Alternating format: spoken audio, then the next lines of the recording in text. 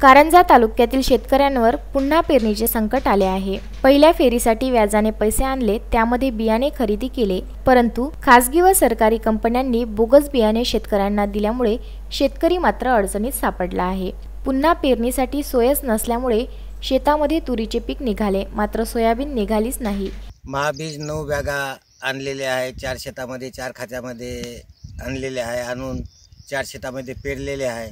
अलग अलग तऱ्हेनं पेरून त्याच्यासोबत खत बी टाकलेलं आहे, खुद बी पेरलेलं आहे। आज कमीत कमी 8-10 दिवस झाले पेरणी करून बसलेला आहो, पण सोयाबीन काहीच निघालं नाही, तूर पूर्णपणे निघाली। मग आता काय करायचं काय नाही काही समजून नाही राहिलं। आत्महत्या करायची वेळ येऊन राहिली। आता तरी तुम्ही आता तिथपर्यंत पालकमंत्री झाले, अमुक झाले, डमुक झाले, कोणी बी येऊ शकलं नाही। मग आता याचं करावं तर काय करावं। आज शुक्रवार 25 तारीख आहे।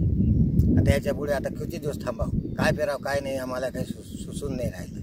इतके होऊनही कोणताही कृषी खात्याचा अधिकारी या ठिकाणी येऊन पाहणी करत नाही।